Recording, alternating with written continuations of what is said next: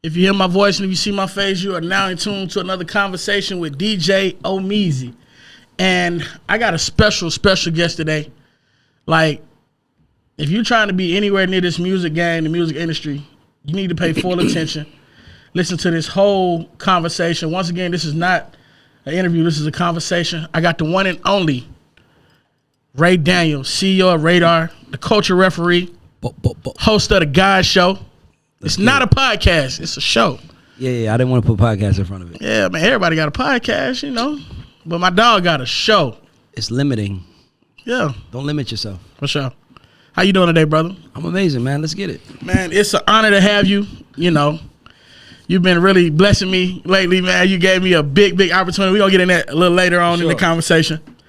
But for those who don't know, tell me about Ray Daniels. Tell me about the start of Ray Daniels. I just want to get that out the way first. Well, my name has been Raymond up until I was like 20 years old, and then my cousin started calling me Ray. Okay. So I guess your start of Ray Daniels is around I was like 21. I was a loser, and my addiction was always women, and you know. I had a car, I had a job, so I had a nice little car, and I would go hang out at college campuses. And I remember this girl who I was fucking with called me out. You know, like I was a little young dude. Like I'm hanging out, and you catching some on the campus, and you going back to the dorm rooms, and then the next day you catching something else. So a girl that I caught seen me the next day, kind of on the same hunting that I did, and she just like went in on me, and she was like. Yeah, you might have got some from me, but I'm in college, you're a bum, and you're a loser. And I'm going to be somebody and you ain't. And I remember it was like, that shit stuck with me. Yeah. Like, damn, she's right. Like, I'm a Virgo, man. We live in truth, man. You can't tell me something about me and like, if I know it's true, I'm not going to like. Deny it. Yeah, I can't, because I know it's real. So when she said it, I was like, damn, she right. And I just was like, man, I got to figure my life out. And, you know, as I believe that whatever energy you put into the world, it will find you. I believe once you say something out loud, you are now responsible. It's kind of like saying, man, I'm going to build $1 million company. When you said it out loud, like now God heard you, you heard you. So everything you do that's not pushing you towards that's counterproductive, you are now accountable for it. Because you said it out loud. So I remember just being like, man, I'm going to be somebody. Then somebody asked me to help with some music shit. I was like 22 years old. And I was like, all right, cool, let's go. Yeah. And that dude didn't make it. That dude didn't make it. Nah, it was his dream. It wasn't mine. It was like, I had something that was a value that I didn't know was a value. Like, that's a hard part. That's why I think I talk the way I do. Because it's like, I feel like in this world, you know, people are like, okay, you have to have a tangible skill, right? So let me tell you what I mean by that. Like, you know, you have to be able to dunk a ball, right? Or run a ball or sing or rap or do any of that. And then people say, oh man, you're going to be something. Like, but I don't think God skips any of us. I think we all got gifts. I just think some of our gifts are not typical, not typical. It is just not what people know. So because they don't know, how are they going to encourage you? Yeah. So it's like, you know, like, so for me, it was just like I had a dream. I mean, I had talent, and because I'm writing a book right now, and I was talking to my writer, and as I was telling her, I was like, because you know, she's like, we got this book we're doing, but she wanted to kind of introduce me in the beginning, and she was asking me all these questions. She was like, so what made you get into music business, and what was you passionate about? I was like, I wasn't. Yeah. Even now, I really think I'm more passionate about sports than I am music. Really? Yeah, I love sports. Team, right? And the Knicks. Okay. Yeah, I got a $60,000 basketball court in my house. New York Knicks basketball court in my house. You hear that?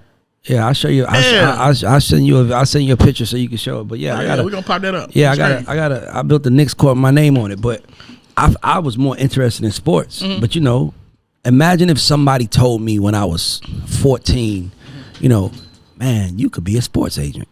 Like, wow, that shit didn't even dawn on me. It was like, oh, I'm gonna be a basketball player. It's like my son want to be a basketball player. He loves it. He's like in all these classes, and I'm like, yo, son, he's 14. I'm like, yo, why don't you start a podcast? And talking about sports. And he was like, what? It was like, for him, it was like, yeah, that would be cool. That's what I made my friends do anyway. I'm like, yeah, let me help you organize it. Yeah. Like, dog, if somebody said, Ray, this is what you're good at, you can do more, bro, I probably would be way different. My life would probably be way different because, like I said, somebody asked me to help with music. I was like 21, 22. Like, so I'm like, I done lapped so many other people, but that's because I finally had something that I saw I could do. Sure. But in the world I lived in, it's like if I can't rap or if I can't sing or if I can't play basketball or something, then what I'm supposed to do? That's why I honestly, and not to like go on a rant, but you good. But I hate school, and I hate the way it's set up, and I think that we don't realize that we're hurting kids. So let me tell you what I mean. So it's like we have programs and speakers coming to schools to talk to the athletes, talk to the musicians, to talk to the gifted kids. But then it's the other 90% of the kids that's just like, you just like, go figure that shit out. You know what I'm saying? So for me, it was like, I believe everybody is born with a gift, and I want to help people figure that shit out. So, you know, the world could be better. Because I feel like a lot of people are angry because they feel like they're not seen. But it's not that they're not seen. They're just not acknowledged for what they're great at. So for me, it's like, shit, most humans are unhappy because they feel unseen. I'm like, bro, like, you can be so much more. And I just want to spread that word. That's really what I'm doing. I would ask you, how did you tap into that? But I feel like it tapped into you. No, well, like I said, I got called a loser. Yeah. I remember I have like so many memories that like changed my life. I remember being 19 with my girlfriend, shout out to Stacy, at the time, and I remember me and her mother running for the bus for the MARTA on Old National. And I remember running Shout out to the net. Yeah, I remember running for the bus, and I remember, you know, Stacy was she was thick. She was nice. But I remember looking back at Stacy, and she's running, but she's like maybe 30 yards behind me. And I remember her mom was like 30 yards behind her. And I remember thinking like, this can't be my fucking life, bro. I cannot be out here running for the bus. Yeah. So I was like, man, it gotta be something more. Yeah. And I remember breaking up with her because she was like, what are we gonna do? And I was like, something. Yeah. So it was always in me. It was like the minute that I knew that I was nothing, it's kind of like imagine if they was like, all right, cool. It's 8 of us in here. They're like, all right, cool. They're gonna come get the gifted people. They're gonna come in here and they're gonna take the gifted people. And then you think you're gifted, and then they take 2 of us, and then we're left. It's like, fuck, that's how the world sees me. Yeah. That's how the world sees me. Fuck, I should do something to your mental. Man, it's like I think I'm special, but they didn't see it. So it's like either I'm not showing it, or I'm showing it in the wrong room. Yeah. And I just like, I'm gonna go for it. So you found the right room to show it in. I didn't even find the right room. Found me. Found you. Yeah. Exactly. Okay. But I was down, dedicated, ready to go, and like I'm still unafraid. Like I'm in a podcast space. I don't want to be in I don't want to be in a media space. That wasn't like what I wanted to do. Who's called to it? It wasn't even that. It was just, bro. I started my show as a social experiment because what happens is that I have so many people. You know, when you get to this certain place of success, people show up to your doorstep and be like, teach me. Yeah. And I would just tell them what to do. Like, bro, if you just do this, this, and this, you'll win. And they'd be like, okay, but I'm like, bro, you got to do that shit for 6 months straight. Yeah. You can't, because you got to develop the habit of doing it. Yeah. And they'd be like, yeah, okay, cool. And then they'll go and do like 3 or 4 days, and then they'll stop. And I'm like, let me just show them. So I started off telling people, my team, I was like, yo, just come in here, ask me a question. Yeah. And I'm going to answer it. So if you look at my IG, the first videos I would do it was no mic in front of me, and then I would do interviews. Yeah. And then when I would do interviews, my team would be like, "You're really good during interviews. You're better than you are when you're talking." And I'm like, "Cause there's a mic in front of my face." Yeah. And if it's a mic in front of my face, I guess it makes me think about what I'm gonna say. You know what I mean? Yeah, I get it. So then I said, "Put a mic in front of my face." So then you'll see videos on my page of me with a mic in front of my face, but the mic's not even on. I was gonna say, was it hooked up? No, okay. It was just like and then it was like, but hearing your voice. It changes, you know what I'm saying? So for me, it was like, so then it became that. And then I was like, so it's like, I started doing that like March of last year. So from March to like August, everywhere I go, people will be congratulating me on my show. Like, man, that show you got going is fire. And I'm like, bro, it's not literally, it's like, ask me 2 or 3 questions. Like you're doing now, I'm gonna answer. Yeah. Go on my rant. Let's take 60 seconds of each. Whatever it is, let's put it out to the world. Yeah. I was trying to attract things. You know what I'm saying? Like you can't tell people to do something if you're not willing to go out there and do it yourself. So I was really trying to show artists. And then next thing you know, it was like, and I'm like, I'm not even doing it. And then I was like, fuck it, let's just do a show. And I wrote on my board in my office, Convos with the Gods. Because I was talking to a homegirl of mine, and she was like, you know, some niggas think they goats, and some niggas think, and you know, some niggas is out here moving like underdogs. And I was like, I'm an acronym guy. Like you tell me something, I'm gonna just spell it out. So I was like, goats and God. Yeah. That's fire. I want to talk to people. So I wrote on my board, Combos with Gods. Yeah. And I was like, I want to do a show called Combo with, I had like 5 podcasts I did. I was like, I want to do a show called Combo with Gods. And then I was like, you know what? Fuck that. I'm gonna call it the God Show. Yeah. And I was like, because if I call it Combos with Gods, that means I need people to show up. And nobody going. That means if no one shows up, I don't have a show. Yeah. And I was like, just call it the God Show. And then I'll be that. And then literally, even on my show, bro, the only person that I asked was Master P. That's the only person I didn't know. Legendary interview. But I'm just saying, I don't know P. But and I just was like, fuck it, I'm gonna ask him. But dog, I haven't asked nobody. Even now, when I be out and about, I'll be like, I'm different. I'll be like, should I ask him, do he want to be on the show? Yeah. Like, am I tripping for not asking? Who have you seen that you was like, man, do I need to ask him?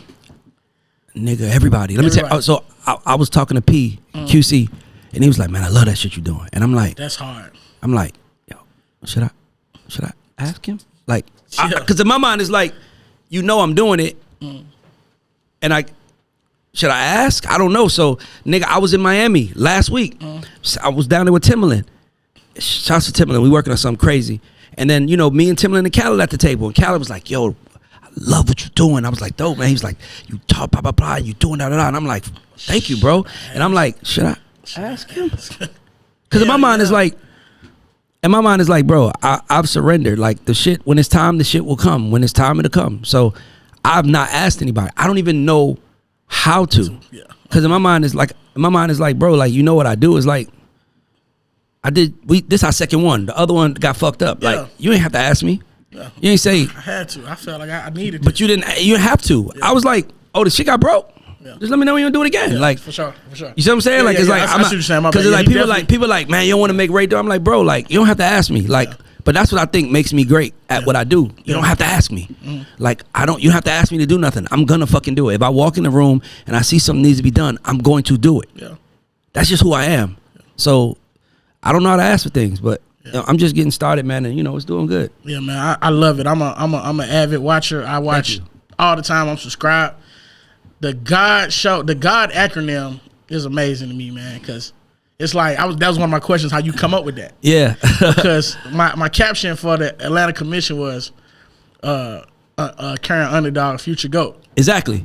But when you think about it, it was like underdog goats. They both animals. And I was like, bro, I'm telling you, you might say something to me and I'll just literally say the acronym in my head like that. Man, that might be fucking fire. Yeah. Because you know, it just gives it more context. Yeah. I want to ask this, and just to get through it. Why didn't that artist make it? Like, what was their thing? Was it routine? I was just talking about it.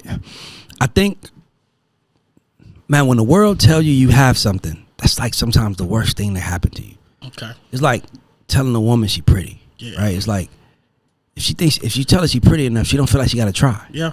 Right. So I think the guy, he was so talented, so gifted. And by the way, looking in hindsight, I know everything we did wrong. Okay.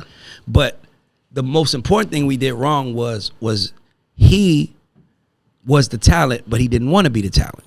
So he wanted to be the man. So like he played keyboards, he rapped and sang on the keyboard, but he wasn't an artist. He was like, so he would bring people to the house and sing and play keyboard and all his other shit and be like, I want to get that song to such and such. And people like, man, you need to sing that. Yeah. He was like, I'm not an artist, I'm the CEO. And it was like, oh, you know, so yeah. And then he didn't respect me. So one day he played the hell out of me, and he always played me, but the last time he played me, I remember just being like, now fuck this dude. What you mean play? Like, what did he do? Okay, so when people discover people, they sometimes feel like it's kind of like an ownership. It's like, I discovered him, I put him on. So he flagged me down, he asked me to help with music, and then I dived in head first. So it's like at that moment, it's like, I'm at your mercy. Did you love the music? His music? I thought he was the most talented person I've ever met in my life. Okay. At the moment, you know what I mean? And I said he was talented. He was misguided. So I remember we was working together, and he would always play me, like kind of like, but not like he was kind of a nerd in school. So we went to high school and middle school together. So that's what made him flag me down. He was like, since we went to school together, you always know how to talk to people. So I'm like, all right, cool, I'll help you. And then he really wasn't popular like that. So sometimes, you know, people move with vengeance. Yeah. And he had this vengeance towards people. Because it was kind of like, yeah, y'all didn't see me. No, Look how fucking talented I am. Y'all all in here watching me play the key. And he had that kind of arrogance. And, you know, I remember I brought Tony Draper to his house, Greg Street. Draper. No, but he lived in a house that was like, felt like this room, all black. And it was a fireplace in there. He lived in a cottage. So he lived like in like an outhouse. And he had this whole little setup. And he was just arrogant. In the outhouse. Well, I mean, That looked like our house. Everybody, no, it was our house, but everybody was broke. So it's like, you know how it is. A nigga, bro, you playing the keyboard, rapping and singing, and people are like, "Oh my god!" Yeah, of course you're arrogant. Yeah, you gonna feel away. So he never called me his manager. He would always say, "I'm product, Ray is sales." That was how he approached me. Like, I'm gonna be product, you be sales. So it was this artist he was telling me, like, and when we'd be trying to build our label, and he'd be having like, "This our artist, that's our artist, that's our artist, that's our artist," and I'm like, okay, and I'm like. So one day he was like, but there's this one kid I'm looking for named Jay. And I'm like, oh, okay. And he was like, then when we find him, we out of here. So they found him. And then the crazy thing was that I knew Jay since we was fucking kids in the Hidden Woods on Gabi Road. I'm like, oh, that's my brother. What's up, Jay? I didn't know you rap. He was like, yeah. So I was like, let me hear you. And then he told him, hey, don't rap for him. He gonna push your shit because I told him to. You don't got to rap for him. And then it was kind of like, ha, ha, ha. And I'm a Virgo, bro. It's like, nigga, I don't feel the need to announce my next move. I'm not like, oh, fuck you, nigga. I'm not that kind of guy. I'm like, oh, okay, cool. All right, cool. Yeah. And I just got my car, and I never went back. Yeah. And then when I got on, he would hit me like, can you help me? Can you help me? Can you help me? And I'm like, bro, that's why it's so important how you treat people, man, when they on the come up, man. Because motherfuckers remember how you treat them, bro. Mm-hmm. And it's crazy because, like, we cool. Like, if I see him now, there's love. I love his dad, love his family, but nigga. How the fuck did you fuck this up? Yeah. Like how did you do that? Like, yeah. And the second guys I was with, same thing. Hey, we don't want you around. I'm like, why don't nobody want me, man? I'm really like, I hustle, I do whatever. But they didn't like how people felt about me. Cause we would meet people and everybody would like, we would be out and people would be like, I'm here for him. Yeah. And I'm kind of like, that's cool with me. Like, but they hated it. Yeah. So they got rid of me. So they were rappers? What No. These guys was an entertainment company. And okay. Man, it's crazy. I was just telling the story to my author. I'm like, shout out to Banja, by the way. Banja, a good friend of mine. We still friends to this day, but they came here, they had me around. Like, nigga, I'm borrowing money to pay his rent. Nigga, I ain't even got my rent paid. Yeah. I'm borrowing because his rent was his house was where the studio was. I'm borrowing money to pay his rent. And borrowing money to drive us to New York. We would drive to New York in my car, and when we get there, his CEO, who lived in the project, shout out to Mark, I ain't trying to be a dick, just telling the truth. Yeah. Lived in the projects, rats all on the floor. They like, that's our CEO. And I'm like, oh, okay. You know, I'm from the hood. We don't respect nobody unless they getting it or trying to. Yeah. And Mark didn't have hustle in him. He was just like, they African, so he was the CEO because he was the oldest. Yeah. Not because he was the best. It was like in their culture, age is everything. So like we would be in New York and we were getting my car that I drove up there that I borrowed money for, and I would have to sit in the back seat because Mark is in it and he's the oldest and he sits in the front. That type of shit humble you, like, but it really taught me life. It taught me respect. That's why I love them still. But I remember, it's a funny story. I just talked about it 2 days ago. So we was in New York and they would give me. So they stayed in Staten Island, right? Because they were African. I don't know if anybody know about Park Hill, but Park Hill is ran by Liberians. Okay. Park Hill is where Wu-Tang is from. Liberians run Park Hill. So they all Liberian and they all like family. So like, nigga, you can go knock on somebody's door and eat. Like, now you can't just knock on my door and eat. You know what I'm saying? Like, nigga, who the fuck are you? Like, no, you could knock on the door and they would feed you. It was like crazy. So I learned a lot from them. For sure. But I remember, so they would give me a pocket full of CDs. And my job was to go out and hand the CDs out to niggas. Okay. Not pass it out. Like, no. Get it in the right hands? Get it in the right hands. Meaning I had to I was sneaking Puff Party, sneaking Jay-Z party with a pocket full of CDs, and I would run up on niggas like, yo, man, this my artist, he dope as fuck. But my name or my contact was never on the CD. So I always felt the way because what happened was that people would meet us and be like, I'm gonna call y'all tomorrow, and then they'll call and they get this African dude that's like super African, like, hello, what's going on? You know, like, and they'll be like, where's the guy? Where's him?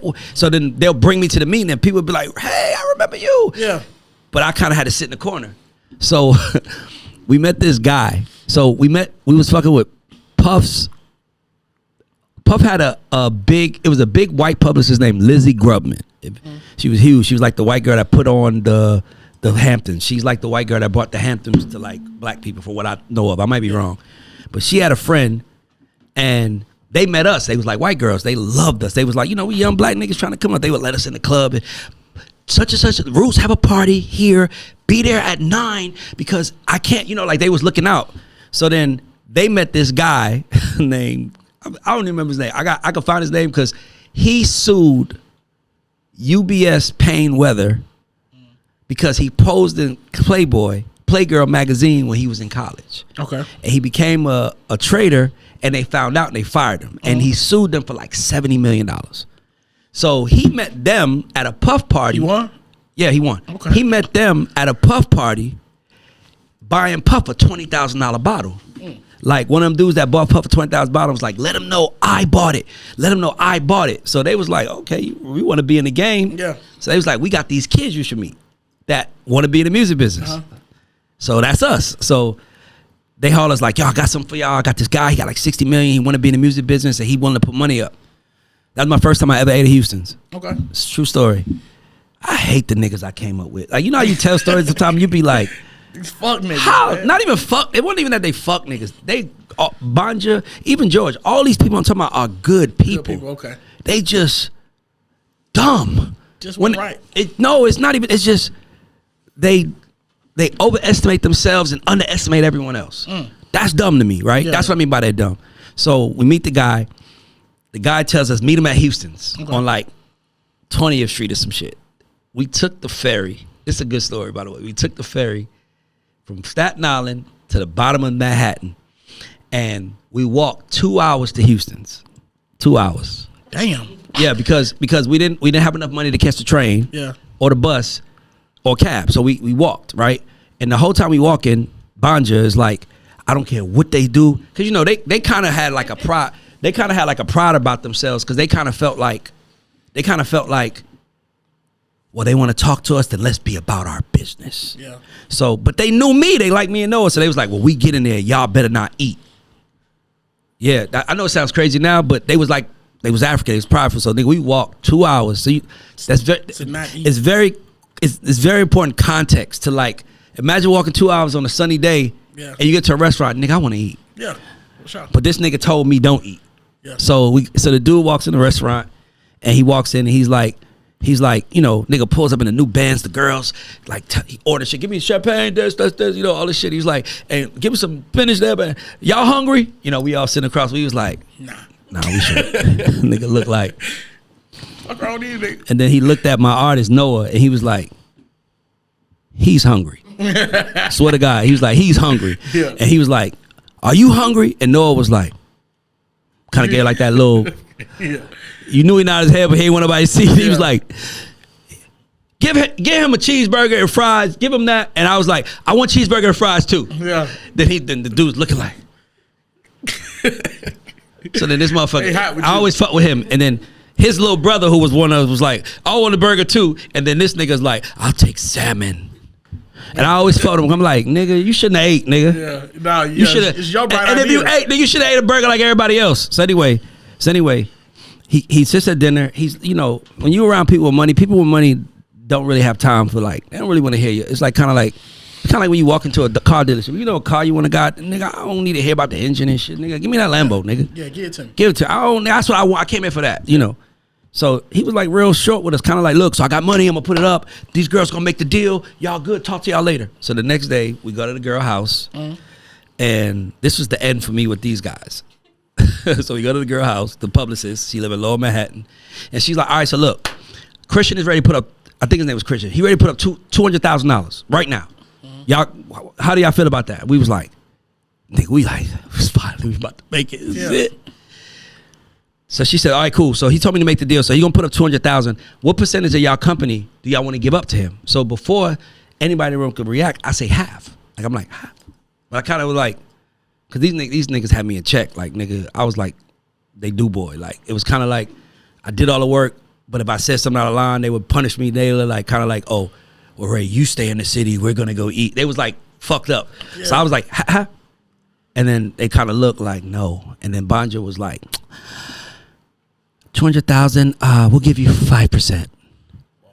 And I looked like, the fuck? Mind you, I met these people. I built a relationship. Yeah. Y'all niggas is at home at Park Hill eating every day while me and Noah out in Manhattan getting busy. Yeah. He said 5%. So she goes, cool. So you're telling me that your company is worth $4 million right now, valuation. He was like, yes. In the project. Yes, that's exactly what I'm telling you. So this is what I mean by like dumb. Like I'm not being, I'm not that shit dumb. Like it's like I'm not. Obviously, I was right. Yeah. Obviously, I was the right one, right? So I'm like, so she said, okay, cool. So you only give 5%? He was like, yeah. So then we walked out, and I was like, the fuck is wrong? Why would you do that? He was like, Ray, if you believe that we're gonna really make history, then I didn't do nothing wrong. And I'm like, my nigga, we broke and we walking everywhere. That money could change our life. Like, and he was like, and then the next day they called me like, we don't want to work with you no more. We don't want to work with you no more. So I'm like, what I'm supposed to do? Mind you, nigga, not that I've been paying your rent, not that I got all this debt because I'm looking out for you. You like, we don't want to work with you. All right, cool. But the artist wants to go with you. So I'm like, nigga, I ain't got no student. What I'm supposed to do with him? Yeah. And he was like, well, then it was very facetious. Like, well, I guess he's gonna find out what you can really do. Okay, nigga. Yeah. That's why if you feel arrogance from me when I talk, that's where it come from. Cause it's like, okay, nigga. Yeah. I know you wanted me to go out to die. I know you set me out there like they'll die. Yeah. Bitch, I came back with it all. Sure. And y'all niggas came back like help. Yeah. And guess what? My team knows. Don't I still help? I still help them. Because in my mind it was like, you still gave me something. Yeah. And they got rid of me, and then they got rid of me, and then I was calling the same people that we had met originally, and I'm like, yo, it's Ray, Noah. Oh, okay, what's up, Ray? What's up? Yo, we're not with them African guys no more. What? Pull up. Yeah. Pull up. And that's what everybody was like, let's figure it out. And that's how we got our deal. That's the importance of good relationships. That's the importance of being a genuine person. If you're gonna be a bitch, be a genuine bitch. No, seriously, you're gonna be an asshole, be a genuine. If you're gonna be a great person, as long as it's genuine, it's gonna work. Yeah. As long as we believe that that's who you are, it's gonna work. Yeah. The $1 million question to that story is, did y'all walk back from Houston another 2 hours, or did he give y'all a cab ride home? I think that when it was all said, the girls might have came outside and asked us how we getting there. We said walking, and they was like, "We'll get you guys. We'll get you guys a cab." This was like before Uber. They catch a cab and put you in the cab and pay the cab to take you to the ferry. Okay. And that's when they could be like, "How much it gonna cost to take them to Staten Island ferry?" They be like, "Oh, $40. Okay, cool, here." Yeah. So it was them days. Okay. So yeah, so now we walk back, but I had survivor's remorse for years behind that. Yeah. Cause it's like, imagine if like this your podcast. Whose idea was this? Mine. Cool. What's your name, bro? Huh? CJ. So CJ is in here, right? CJ is in here, and imagine this Omeezy shit. And CJ's like, man, I'll show up and work the camera for you, bro. You my bro. I believe in you. Yeah. And then 20 years from now, he that nigga king of podcasts, and you at home. Yeah. That you start feeling like, well, what the fuck was it about me? I didn't understand what it was about me. So I sought the knowledge and read books and shit. I figured it all out. Like now I can decode it all, but I couldn't decode it back then. Okay. I dig that. What would you consider your first music industry win? Like, what do you consider that like? Man, getting Noah a deal. Okay. We signed that motherfucker. We got the check December 24th, 2004. 2004. Nigga, December 24th, 2004, Christmas Eve. That shit came at 5:07 p.m. Nigga. I remember. I called my entire family. Mike was like probably like 18, 19. I called my entire family. I said, go to Shannon Mall. Shannon Mall. Went to Shannon Mall, and I just gave everybody $500. I was like, because the way he sent my money, he sent me cash in the check. Mm-hmm. So he sent me $5,000 cash, and I gave everybody $500. And I was like, just go buy yourself something. Have a Merry Christmas. Yeah. Nigga, I ain't looked back since. How long that money last? I ain't looked back since. Okay, I'm talking about that big check. Was that the first big check? $37,500. $37,500. I bought a Suburban for $13,000. Okay. I went and got an apartment in Buckhead. Mike moved in with me, and I went and furnished it, and then shit.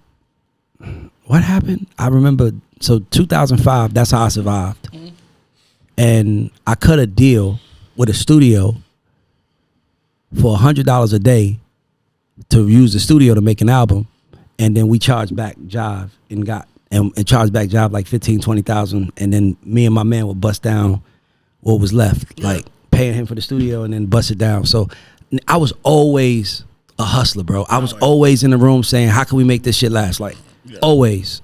So, yeah, and the next year I met this guy who wanted to be in the music business, and that nigga just had a lawsuit for like 11 million, and he wanted to be in the music business. And bro, it's important to have. This is actually a good lesson for people. So, 2005 I survived off of Noah's deal. 2006, Noah was a little. That's my friend still, so I don't want to be like. But Noah had mental health issues, right? And we all knew it, and we knew that it wasn't going to sustain. We was like, this shit not gonna work. At any given moment, it could go left. Yeah. And it did. And add that to like drug problems, you're gonna fucking lose every time. So I remember I met this guy named Dollar Bill, and Dollar Bill just won $11 million on a lawsuit, and he was in Atlanta spending money. I mean, like, I would roll him to Magic City, and he would spend $10,000 a night, like, Oh yeah. meeting girls and buying them cars the next day. He was going crazy. He was having. Oh, nigga, and I was having the time of my life. But I got rent to pay. So I remember I was like, man, if I can get this dude to pay me $3,000 a month, nigga, I'm good. That's what I remember just thinking, like, he give me $3K a month, I'm good. So I go to D-Dot. This is why it's always important to be in proximity of success and money. Yeah. Super important. So I remember I go to D-Dot. This is 06. 06 is also the year I started managing Rock City. Okay. And 07 is when it all changed. That's when it was like 6 figures, and I ain't looked back from that per year. But I remember 06, Dollar Bill wanted to be in the music business, and I was like, I called D-Dot, like the man who Noah was signed to. I was like, yo, because Dollar Bill loved Biggie. Yeah. Loved that nigga. Is this D-Dot that was with Bad Boy? That's who Noah was signed to. Okay. Oh yeah, that nigga. That's who changed my life. Shout out to D-Dot. That's who changed. I'm sorry I missed that part. Shout out to D-Dot. Yeah. That's who I called when the Africans left me. Yeah. And he was like, nigga, I won't fuck with you. I ain't like how them niggas was dressing. He was that type of nigga, like 40 Brooklyn. Yeah. Nigga. And 2007, I called D-Dot. I'm like, yo, I want this guy named Dollar Bill. He just got a lawsuit. He got a whole lot of money. And man, I just want to find a way to, he loved Biggie. Like, and this is, Biggie ain't been dead 10 years. It's like, 06. It's like, so I'm like, nigga, this still, Biggie was, it still felt like something. It feels like something now, but it's like, not, back then it's still, he was still dropping albums, kind of. So I was like, yo, he loved Biggie. And Dot was like, put me on the phone. And he was like, and Dot loved me, bro. That's why it's so important to have people around you who have more and be invested in you. So I remember Dot was like, yo, let me talk to him. I don't know what Dot want to talk to this dude about. I just told Dot, if you can get this dude to give me $3,000 a month, man, I won. So Dot was on the phone like, yo, you want to do that? So look, that's what I need you to do. I'm going to need you to buy Ray a car. So I'm like, fuck is that? I need you to give Ray $100,000 cash. I need you to give him another $200,000 for a studio. And I remember looking at the phone like, what the? Yeah. Like, I'm panicking, nigga. Like, no. And the dude was like, cool.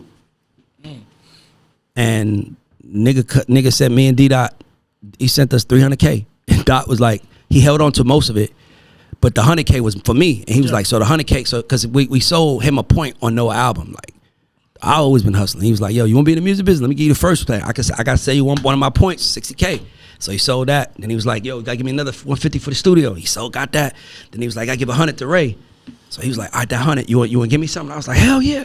He was like, how much? I said, half. I'm like, he said, you want to give me half? Nigga? I'm like, nigga, half. Nigga, I was afraid to ask this man for, like, I was asking for $3,000 a month. And here's the crazy part. He gave us the money, and then a month and a half later, he was gone. What you mean gone? Like, he lost his goddamn mind. I think he, like, shot himself in the chest or something. Who you talking about? Dollar Bill. Dollar Bill. Shot himself in the chest.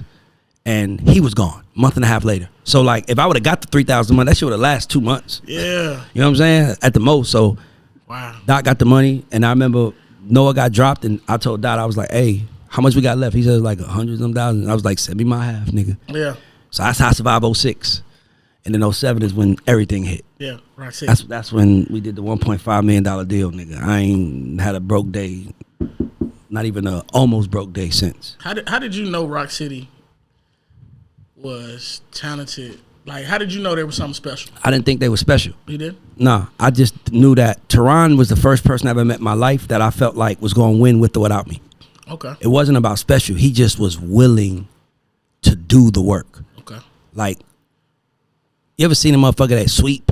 Like, I'm going to use something simple. They sweep, and it's like, Then you see a motherfucker that's like sweeping, like, like damn, that nigga really Going taking hard. sweeping. That's how Teron was. He was like, you give him a beat, nigga, he rapped or sung on the beat like his life was dependent on it. Like he would like freestyle songs, and it would be like Caribbean shit, rap shit, singing shit, and he would just go and it'd be. And he was like, man, he was like, man, I got a daughter coming. I'll do anything you tell me to make sure my daughter's okay. Shout out to Cameron Simone. Now she about to do an internship at Interscope. But that's how crazy it is. But he was like, I got a daughter. So I was like, that nigga is going to make it. I don't know how. Teron started writing songs and he was like, hold on, In the Virgin Islands, right? No, Teron started really writing songs to other people pursuing it when he was like 23 years old. Oh, wow. Oh, okay.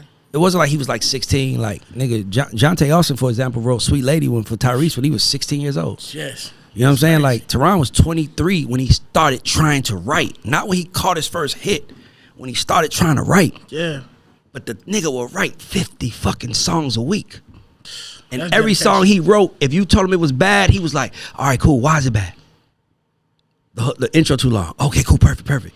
Like, it was like, you could tell him, you're ugly, you're not talented, you stink. He'd be like, that's cool. So, can I work around the ugly? Can I go take a shot? Like, he was that kind of person. It was just fear controlled him. Okay. Like, it was like fear controlled me. Like, we both had that in common. Still have that in common. Yeah. Like, I'm scared to death every day. But fear controlled him. And it controlled me, so it was that fear that motivated him. And I was like, this nigga gonna make it because he was not afraid. Yeah. And I was not afraid. Like, you could put me in the room. How I'm talking to y'all right now, nigga, I was 22, 23. You put me at the table, I'm talking. Yeah. Niggas is like, I like that nigga. And I would say bold shit, but it was not like I became bold later. Like, I would say bold shit at the table. Like, Sure. they be looking like, this little arrogant nigga. I was just like, bro, I'm not going home with nothing. Yeah. That's the mentality to have, man, because if you ain't relentless, you don't really need to be doing this shit. Bruh, I remember one time we was hanging outside of Motown. We was like trying to come up. We would hang outside of Motown, and Banja was like, "That's Kedar Massenberg." Kedar Massenberg at the time was the CEO of Motown. So Banja was like, "That's Kedar. He's the CEO." Mind you, we just hanging out in front of the building. So I'm like, "That's Kedar? Cool." Walk right up to him. Yo, what's up, bro? He was on the phone. He was like, "Yo," and he kind of was like, "Yo." He was like. Yeah. I kind of like, Shoot you. no, I kind of like I backed up one step and I stared at him the entire time. Like, it wasn't like I was like he shoot me, but I backed up, but I never locked eyes from him. Yeah. And he kind of was looking. He's like, oh, let me get the phone. He's like, yo, man, what's up, man? What's up? I was like, man, I'm just trying to figure out. He was like, bro, everybody's trying to figure out how to get on. I was like, yeah, bro, but you know, we think we got an opportunity. He was like, yeah, everybody feel like that. And I was like, he was like, man, you just got to get in the doors. And I said, I don't fucking know how. Yeah. That's why I'm talking to you. Yeah. He was like, all right, you know what? Fuck it. Made a phone call. It was like 7 o'clock at night. Made a phone call. Go upstairs. Ask for such and such. And that's how I got our first label meeting. Wow. But I was just fearless, my nigga. It was like, dog, you couldn't say anything worse to me than where I felt like I came from, where nobody said nothing to me. Yeah. Like, at least you telling me I ain't shit. Yeah. Back in the hood, they show you ain't shit. I'd rather you tell me I ain't shit than show me. Yeah. Tell me, just be honest with me. I can't. Once I hear it, I could deal with that. But just show me, back, in the hood, they don't give a fuck. They just won't make you a plate. Yeah. I'm a fast forward it, man. That was crazy. I'm a fast forward. So, about damn time, Lizzo, Yep. Grammy award-winning song. How do you? I know you handle the deals and you the sales, you do all that, you the management, but like, I know that has to feel special hearing these great songs before they go to the artist and become what they are. Like, have you ever disagreed with him and said, "Nah, that ain't a hit," and something became a hit? Not a hit. Not a hit. Okay. You been right on the hits. No, like, bro, I don't see the world like that. Like, the way I don't see, like, I'm different. We are different. I think that difference is why we're still here, like, making money. And like, Teron is probably one of the hottest writers, top 5 hottest writers in the world right now. Definitely. Like, why is he that way? Because we've had the same approach from day one. It was never about us. It was always about, what do you want? Okay. So like, when you go in a room with certain producers, certain big hit producers, they would be like, "This the hit. Yeah. That's what you're singing." And we never was like that. We was always like, out of all these records, which one you like the most? Oh, you like that one? Okay, cool. Because for me, I was like, nigga, I don't determine the button being pushed. Yeah. Why am I trying to determine what you push? You push the button. I just want you to push it. Because if you push it on one of my songs, that mean I eat. Yeah. Oh, it's nah. So we never looked at it like. So even with Lizzo, it's like I was just happy that Tehran got acknowledged. Yeah. Because the man don't care. Yeah. And well, he doesn't care anymore. But I know he doesn't care because you got to disdain things you cannot have. So sometimes you can't just worry. You can't care about something you can't control. So I just wanted to see him get acknowledged. But and that shit, dog, I swear to God, bro, anybody on my team know, I don't acknowledge nothing that I did. I don't even look back at what I did. Yeah. Dog, today I did a call about a company that I have that's making money, that made a profit. And my partner, Don Vito, who's been my partner since basically like December. Salute to Don Vito. Basically since like December, is like, what company is this? Oh yeah, I got this company. He's like, I didn't know that. I'm like, I forgot. That's really how I move. Like, I don't watch my work. I don't pay attention to what I did. Yeah. I don't watch it. I don't watch it. Like, it's just when you in the army, they have this thing when you're a sniper. They have this thing where you're not supposed to watch the body fall. I don't know if you noticed, but like one of my supervisors was like a sniper, and he was like, when you shoot somebody, you don't watch the body fall because it'll do something to you psychologically. You gotta shoot, know you hit it, and go to the next target. And that shit stuck with me. It was like, bro, I don't give a fuck. Yeah. I don't pay attention to none of that shit. I don't. If I did something yesterday that did good yesterday, I get paid tomorrow. Yeah. But if it don't do good, I'm doing something today already. Yeah. So as long as I wake up and don't stop, it's like Kobe Bryant was a Virgo. He tells the story of like, you ever seen an NBA player and they get fat?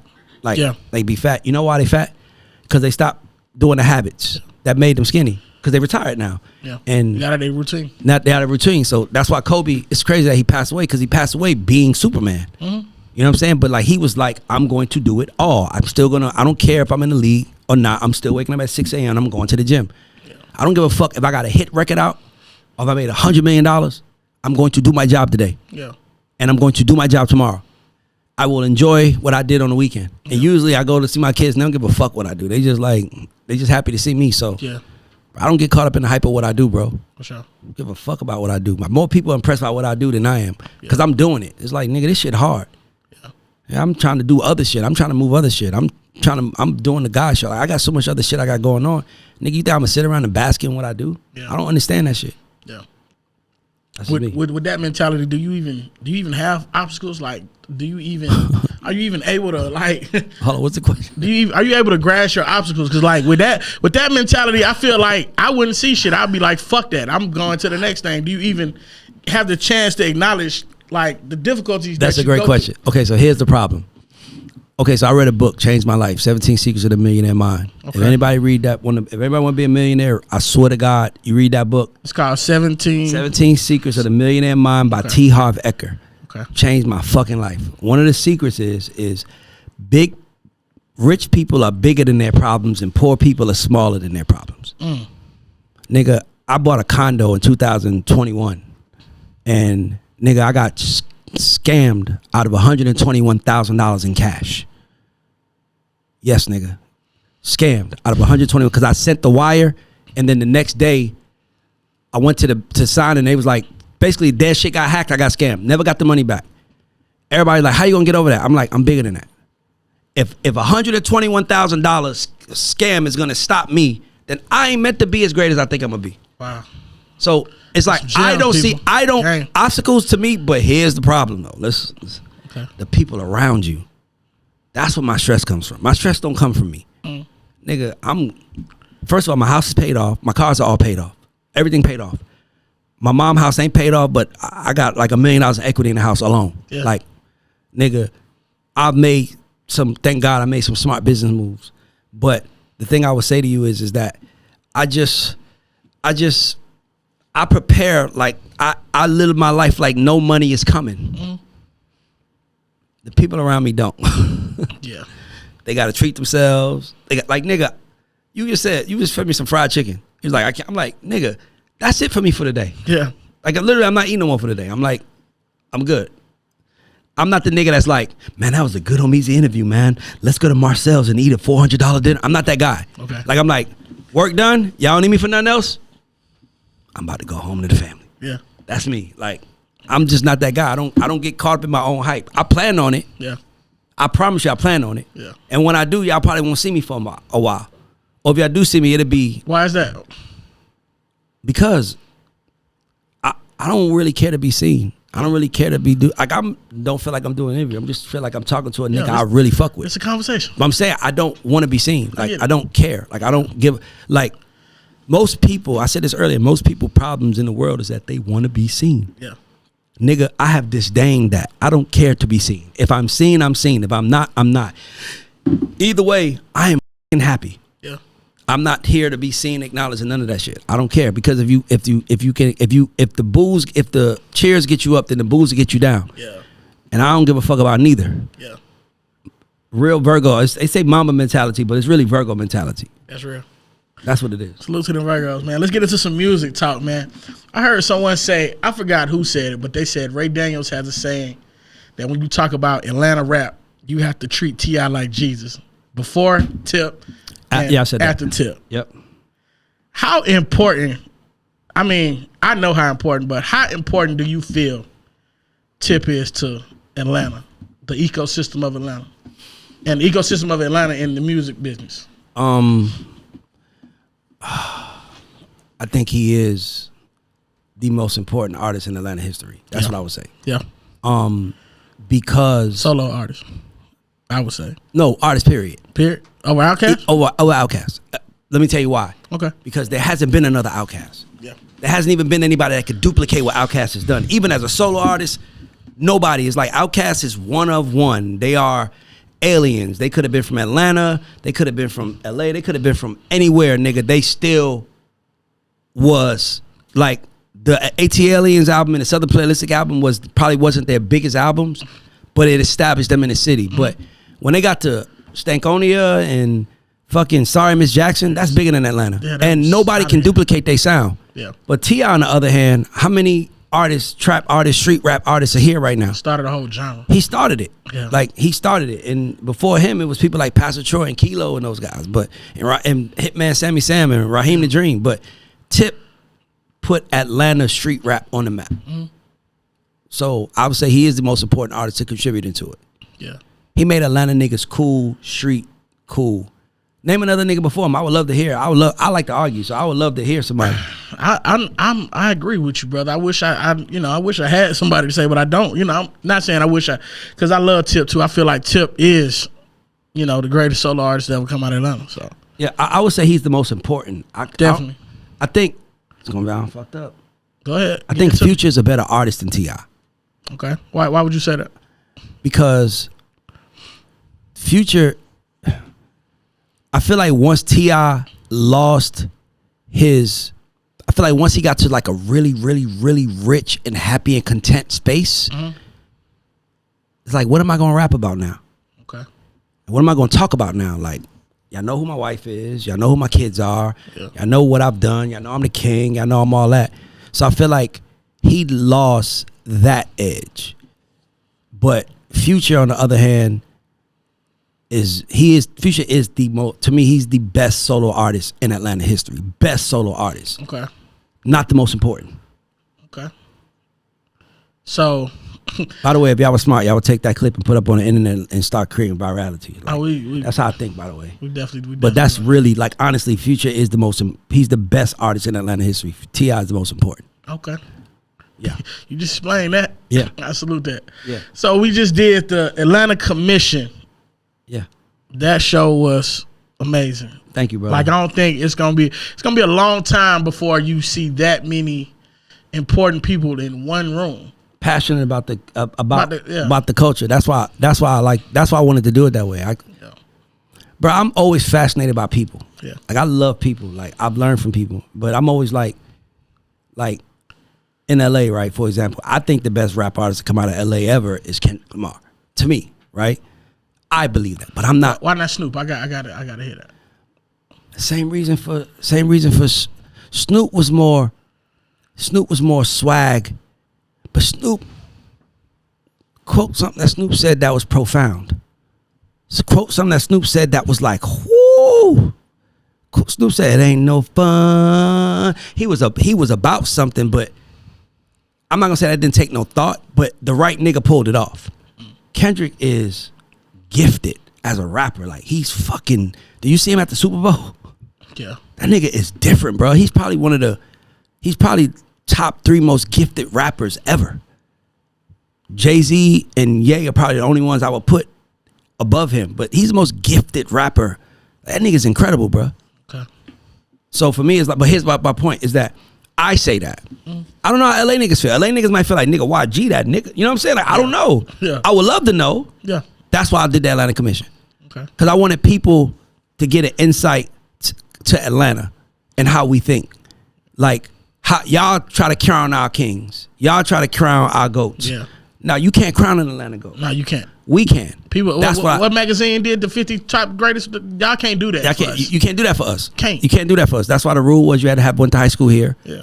It had to have contribute to the culture. But Atlanta's just shit, and I want to put a light on it, and that's why I did it. I'm gonna tell you one of my greatest moments at that. My greatest moment of the whole event was I'm DJing and Ryan Cameron walks past me, and I said, "Oh, that's Ryan Cameron." Yeah. I text my mom. I'm like, I'm in front of Ryan Cameron. Now, to the average person, they might be like, "Oh, that's Ryan Cameron." But I grew up to Ryan. I grew up listening to Ryan Cameron. It's a Friday. It's a Friday. It's the end of the year. Like you come from Atlanta. You rode that school bus, so you was like, that's what we heard. So that's why I wanted to create our own narrative, and I want to help other cities create their own narrative, and that's where I'm at. Okay, so the guys show the Atlanta Commission will be going to other cities. Oh yeah, we're gonna do the Atlanta Commission. Like, we had to do it in Atlanta first, but we're gonna do the Atlanta Commission. We're gonna do the LA Commission, and I'm gonna just sit at the table and just, cause I want to learn. Yeah, I want to know who's the most important. That's dope. Like, and why? Yeah. Like, we know who Atlanta's guy was, but who's LA guy? Who's New York's guy? I'm gonna tell y'all, when y'all see this show, I ain't gonna tell y'all who was voted, and we ain't gonna let that out the bag yet. But when y'all see this show, it's gonna spark some debates. But here's the best part. Everything sparks debates. Yeah. But now let's vote. Let's vote. And to me, that's what I like the most. It's like, we was able to. You can hate Trump all you want. Yeah. The nigga won. He won. And then you can hate Biden the next time, but he won. Yeah. That's my point. So it's like, let's settle it. Yeah. Let's declare a winner today. Yeah. And that's what we did.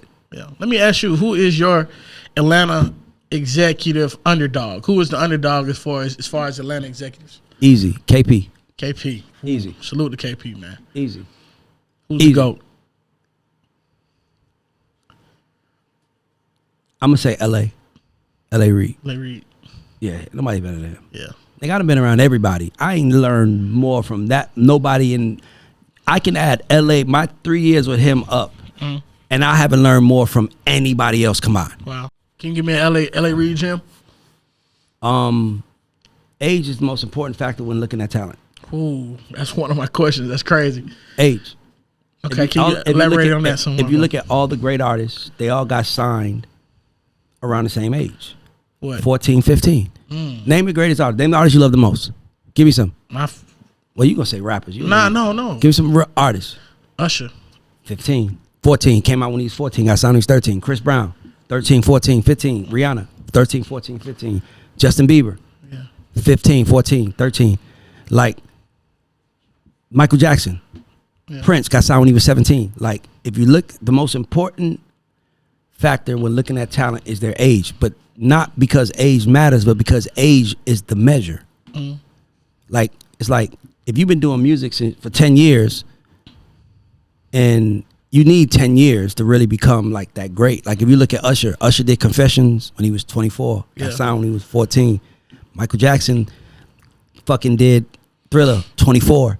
Like, it's kind of like that 14 to 24 is where you become who you got to be great, but that's when you become like mastery. Right, Prince. I think Prince did Purple Rain when he was 24. That's crazy. Age just means it gives you time to develop and everything else. Okay. But age. So let me ask you this hypothetically: MC rapper John Man is 38 years old. He got the hottest record in the country. You wouldn't sign him? Yeah. No. But here's the thing: 2 Chainz was one of my favorite rappers of all time, and he started when he was older. But here's the thing about Tit. Tit had to change. Yeah. I remember I remember talking to Jeff Dixon. Shout out to Jeff. I love Jeff. And I was like, you know, that time he was Titty Boy. And I was like, and Titty Boy from College Park, so I really cared about him winning. Definitely. And I remember I was telling Jeff, I was like, yo, that nigga just need to, he would be out and he would just look so mad. Like you would see him in a crowd full of rappers and he'd be the only one like, and I know why he was mad. He was mad because he felt unseen. Yeah. But nigga, you gotta smile before you get seen. And when Tit starts smiling and having that fun personality, nigga, he ain't look back.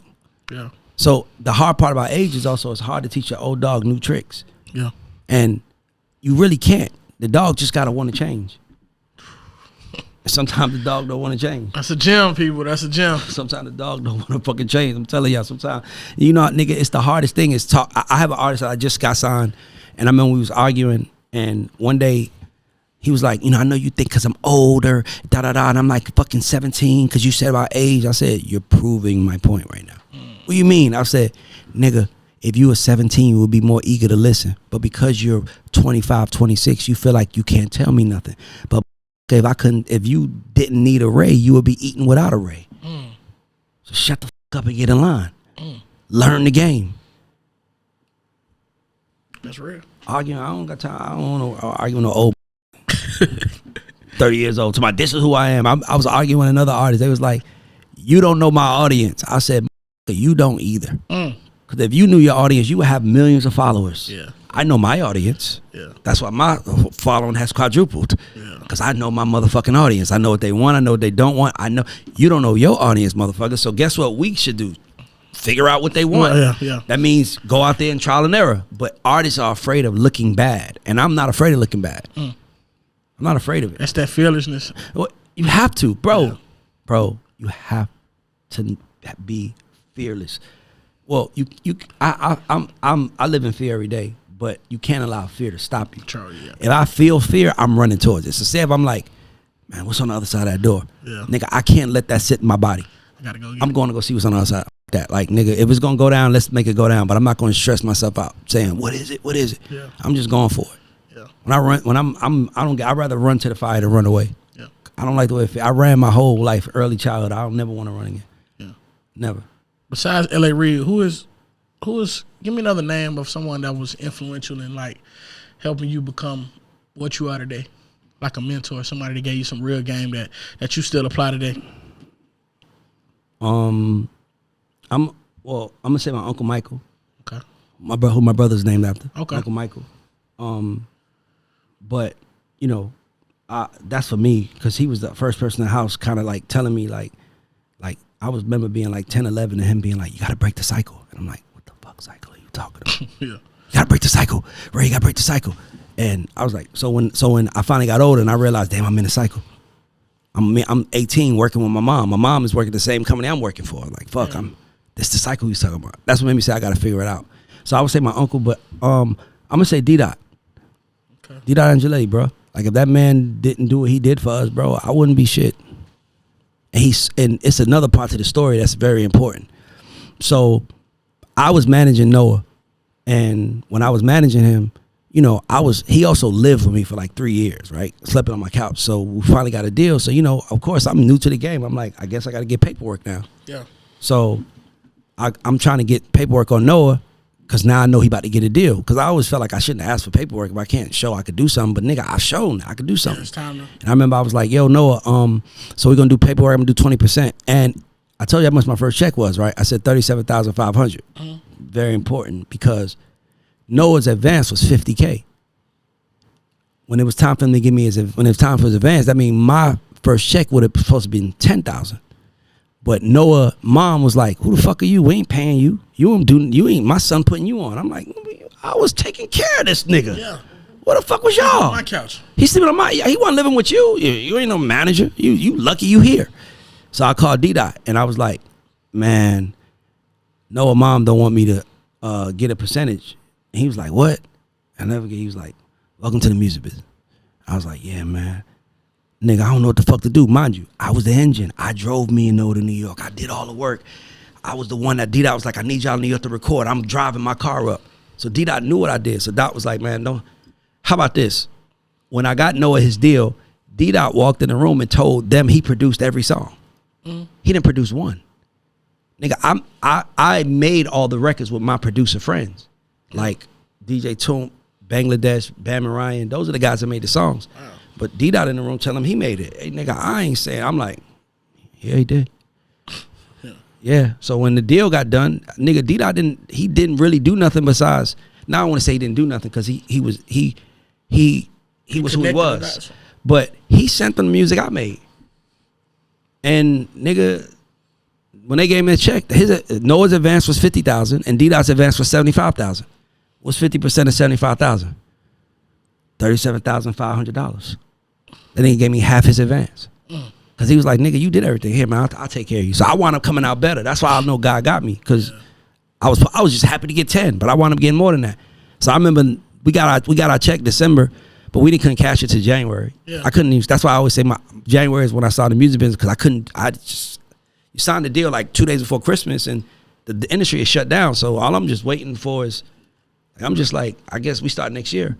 But nigga, I just remember, by February, I had more money than Noah. Yeah. And the nigga didn't want to give me no percentage. It's crazy, man. You can't do people that help you wrong. Well, man, when you from the hood, man, I don't blame nobody. When you from the hood, man, you don't know no better.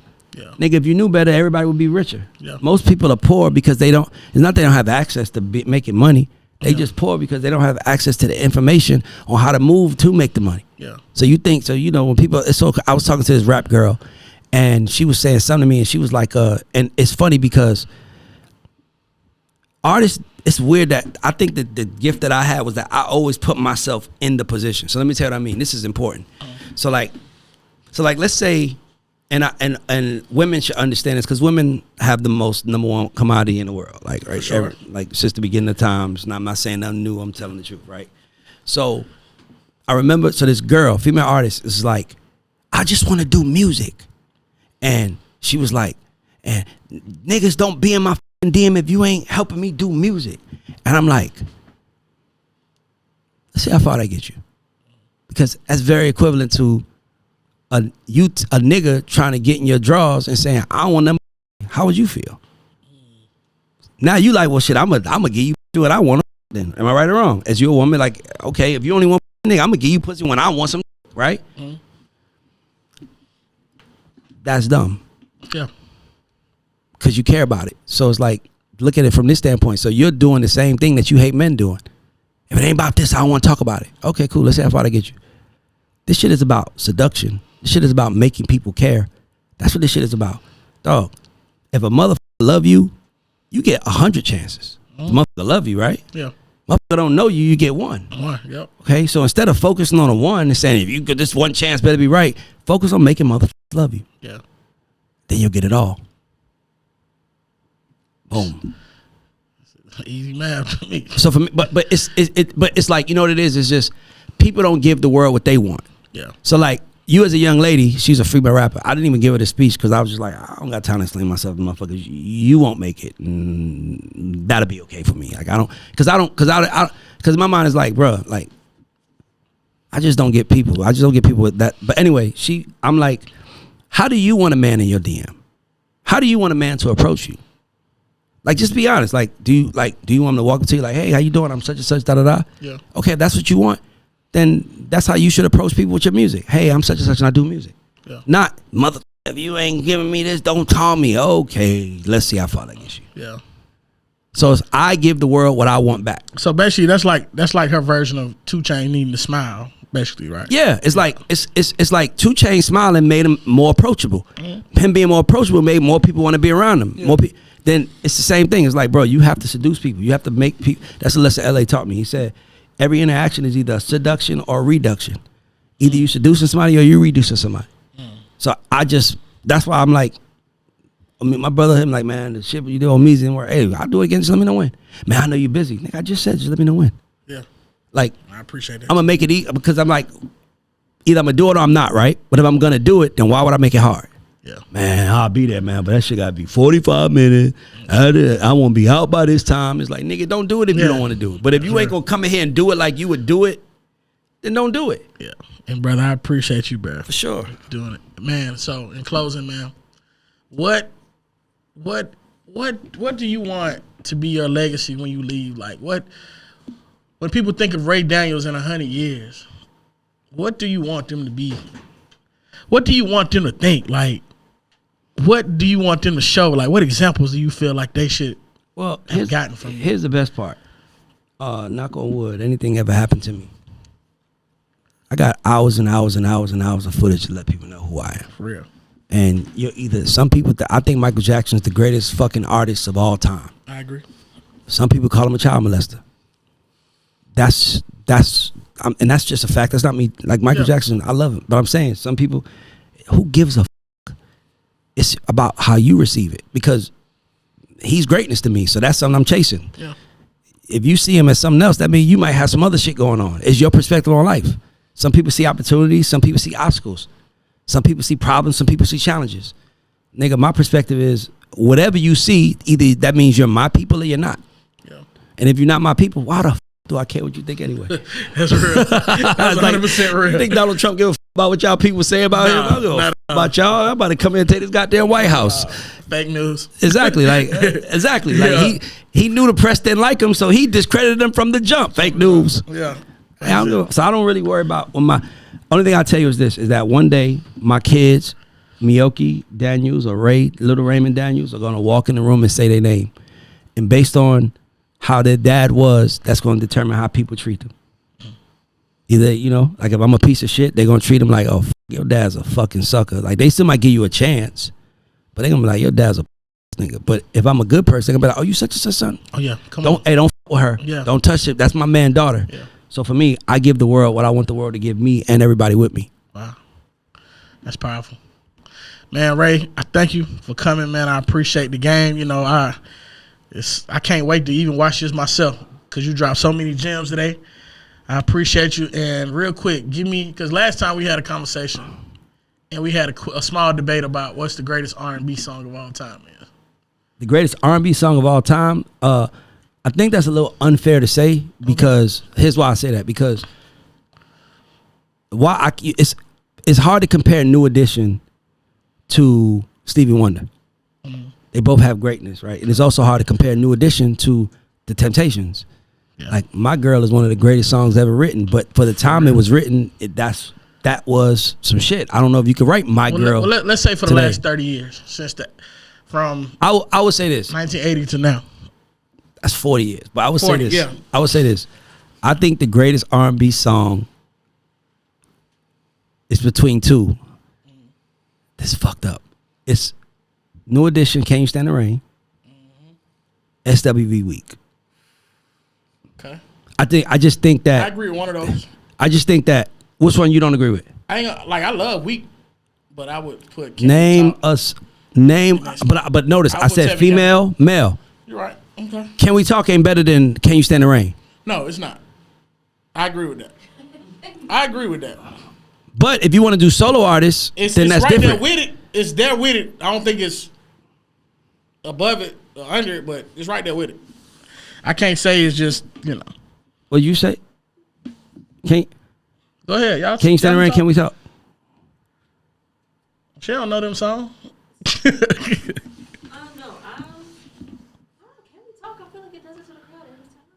Yeah, because it does it to a crowd of club drinking, having fun. No, I'm not even just saying that. I'm saying to you, Can You Stand the Rain? Can You Stand the Rain? The ad lib, the subject matter, the end is the everything about the song. Bridge. So everything about the song is perfect to me. Okay. And I believe Jodeci has a better catalog than New Edition, in my opinion. Nah. I'm just saying. I love Jodeci. Jodeci my favorite R&B group, but yeah, Jodeci my favorite R&B group. No, me too. No. So I'm trying. I'm sorry. Catalog.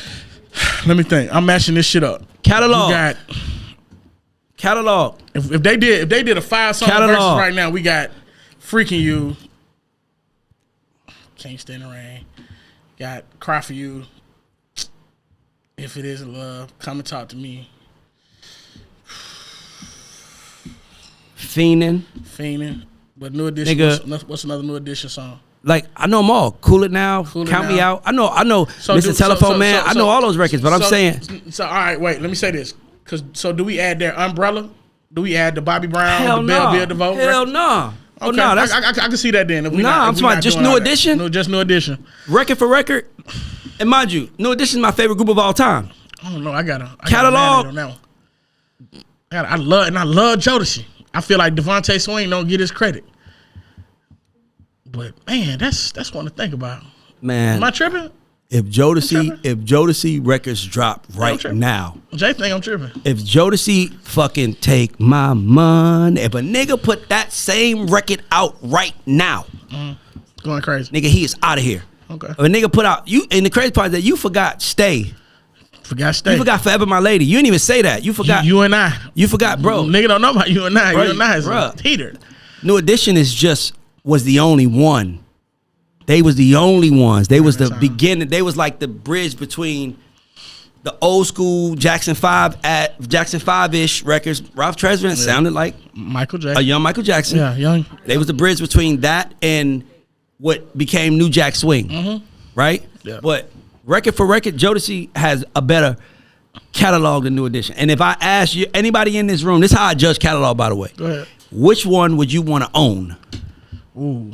If you could own someone's catalog for the next 100 years, who catalog do you want to own? I would want to own Jodeci because I feel like they would get sampled more. That's because it's better and it's more up to time. Like nigga, Hey, bro. This nigga know what he talking about. Bone man, Thugs and for real. Harmony. That's why I like arguing with people because I'm like, I already know you think I'm tripping, but Bone Thugs and Harmony, they were bigger than 3 6 Mafia, but 3 6 Mafia music is better now. Okay, I can Because do that. 3 6 Mafia, the music time tells us who catalog age. Okay. That's nothing my Tip. Tip catalog didn't age well. You don't think so? Hell no. And nigga, I just said Tip is my favorite, but but you can't, like, his music didn't age well. Okay. Because he also played the hit game. So, you know, I like, hey, let's get away and Amazing get song. but I don't know if he plays that in the verses today, is it's gonna get the same reaction as 50 Cent 21 Questions. So you think 50 will beat Tip in the verses? No. Okay, I just want to make sure. No. Tip a beat 50, but I'm saying Definitely. Jeezy catalog has aged perfectly. Yeah. Jeezy catalog Yeah. has aged. You can do a whole. Nigga, Jeezy catalog shit. has aged better than Tip, but Tip, nigga, bring him out is like, oh, okay. Yeah. Like, think about it. Like what does Tip have that's timeless? Me personally, you know, I guess I'm biased because he's my favorite rapper, but Motivation. Hard. You don't know me. No, that's Motivation. What? I don't even want to. I'm just saying. By the way, the reason I started the guy show, I swear to God, y'all, I just started to argue with people. Yeah. Okay. Because I like to debate. And I'm like, and I also like to get into it and make people see shit. So that's what I really started it for. Hold on, one more. Okay. Since we talking about Jodeci, we talking about R&B. Jodeci, whose catalog better between these two? Jodeci and Boyz II Men. I know who I'm going with. I'll bet. All right. So here's my thoughts. The real end in me is going to naturally say Jodeci. I ain't never been on bended knees. I ain't never want to wait till the water runs dry. You know, I never cared about Motown Philly. I never cared about that. Mm-hmm. But Boyz II Men songs have reached more. I see Boyz what II you're Men, saying. Boyz II Men songs have done this. Jodeci songs did this. If that makes sense. It makes sense. It touched more people, but Jodeci songs, for the people it touched the fuck out of it. Yeah. Boyz II Men, on the other hand, is like, you know, I like that record. I'll go see Boyz II Men. So that's like, so this is what? This is influence and this is impact? I don't know. I would say this is, yeah. No. I'd rather say this is impact. Yeah. Oh, And okay. this is influence, because technically Boyz II Men has impacted more people than Jodeci. Am I right? Okay, technically. But the motherfuckers that Jodeci touched, nigga, they like, them niggas is up there. That's what I'm saying. Like, Okay. they have influence. Like Jodeci has way more influence on today's culture than Boys and Men. Yeah. Right or wrong? Right. I don't think nobody wanted to be Boys and Men. Oh, Am I wrong? You're not wrong, but I mean, you're not wrong. I'm not saying I don't think That's nobody real. wanted to be like nobody wanted to be Wanye. Right. You might have wanted to, no, hear me out. You might have wanted to, no, I'm not disrespecting by the way. I love Boys and Men. Love them, but But their Facts. superpower wasn't we wanted to dress like you. Their superpower was we wanted to hear your songs. yeah, want to hear you sing. Want to hear you sing. That now you want to hear Wanye, like, but I don't think nobody wanted to Yeah. be Niggas Wanye. wanted to be KC. Niggas wanted to be Devontae, KC, Dalvin, JoJo. Casey, JoJo. Yeah, They want to be them. for sure. And here's the crazy part: niggas still want to be them. Yeah. That's why I got to give it to them. Yeah, I don't think anybody, because I've seen motherfuckers do Jodeci for Halloween. I ain't seen nobody do Boys. Dog. Boys and Men dress like School college kids. Yeah, not even school kids. college kids. College kids. Jodeci dressed like high school niggas. For sure. One of them niggas care the most about how you dress. Yeah. Have you ever heard best dressed in college? I don't know if they do that. I didn't go to college. They do most smartest and College either. but yeah. Ray Daniels, man, I thank you. I appreciate you, man. Please like and subscribe. Please tune into the God Show also. This has been a conversation with Omeezy. Once again, this is not an interview. It's a conversation. Thank you. We signing out. See y'all next episode.